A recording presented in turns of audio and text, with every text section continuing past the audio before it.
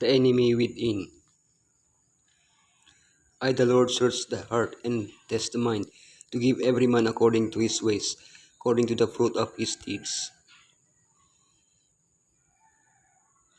After an illogical military tactic, the walls of Jericho fell. Israel entered the city and razed it to the ground. Victory, whose? Elohim's, since Israel had little to do with it. After a well thought out military tactic, Ai wins. Defeat by whom? By the people of Israel, since they hadn't counted on Elohim. When they finally questioned Elohim, the answer was resounding. Israel has sinned and can no longer defeat its enemies. How can it regain divine favor? The cause of the defeat. Dismayed and afflicted, discovering the transgressor, Achan's sin. Victorious again. The cause of the defeat. Israel had sinned. They had violated my covenant, which I commanded them to keep. They have taken some of the devoted things. They have stolen. They have lied. They have put them with their own possessions. After the favorable report from the spies sent to Jericho, Joshua consulted Elohim and received from him the strategy for taking the city. If after receiving the report from the spies sent to Ai, Joshua had done the same, the deaths of 36 people would have been avoided. But what was the real reason for the defeat? Or what would have been the reason for Elohim to tell Joshua not to attack Ai? Elohim had seen that Israel has sinned. Nowhere in the Bible is sin described with such nuances. They have violated, they have taken, they have stolen, they have lied, they have put them with their own possessions. Note that the plural, the sin was committed by one man, but Elohim held the entire people responsible. They had broken the covenant. Sin had to be rooted out so it could be restored. Dismayed and afflicted. And Joshua said, Alas, Sovereign Lord, why did you ever bring these people across the Jordan to deliver us into the hands of the Amorites to destroy us? If only we had been content to stay on the other side of the Jordan.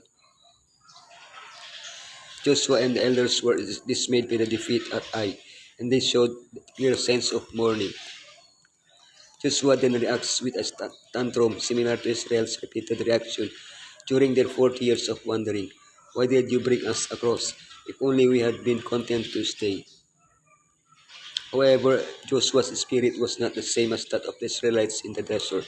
His complaint was not motivated by disappointment, but by fear that Elohim's name would be dishonored among the Gentiles. He clearly saw that Elohim's character would be interpreted by unbelievers based on how his people acted. Today we continue to be Elohim's testimony in the world. What a great responsibility.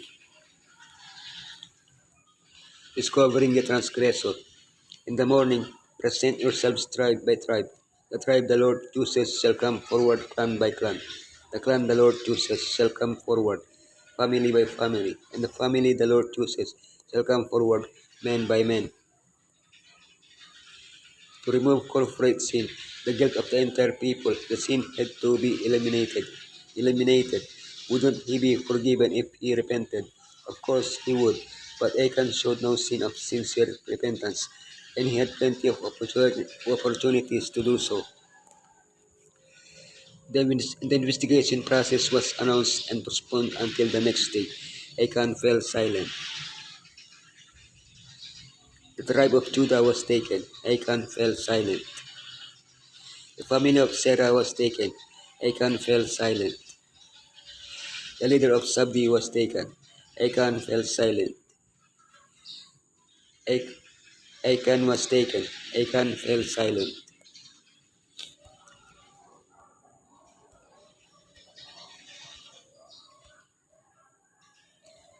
Reflecting divine kindness and love, Joshua asked Achan to confess his sin. Achan's case was lost. He confessed, but he didn't ask for forgiveness. Yet Elohim mourned over his hardness of heart, demonstrated in every call to repentance. Achan's sin. When I saw in the plunder a beautiful robe from Babylon, Babylonia, 200 shekels of silver and a bar of gold weighing 50 shekels. I coveted them and took them. They are hidden in the ground inside my tent, with the silver underneath. Joshua asked Achan to give glory to Elohim and confess his sin. It was his last chance. If when he confessed, he had asked for forgiveness, but he didn't, and there was no forgiveness for him. Like Achan so desired and took, and his sin affected many, like Ananias and Sapphira. Achan took some of the accursed things dedicated to Elohim and paid for them. The decisions Achan made in Jericho were diametrically opposed to those of Rahab. He hid the spies on the roof.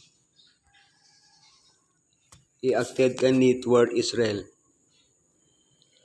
She favored victory because of her faith.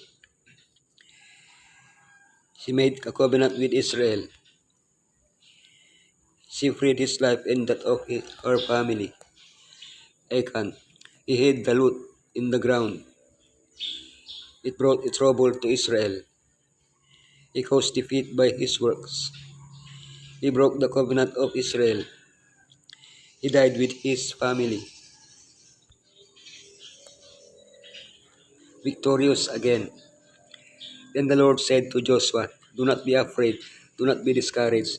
Take the whole army with you and go up and attack Ai, for I have delivered into your hands the king of Ai, his people, his city, and his land. As in Jericho, Elohim provided Joshua with a strategy to gain victory over Ai.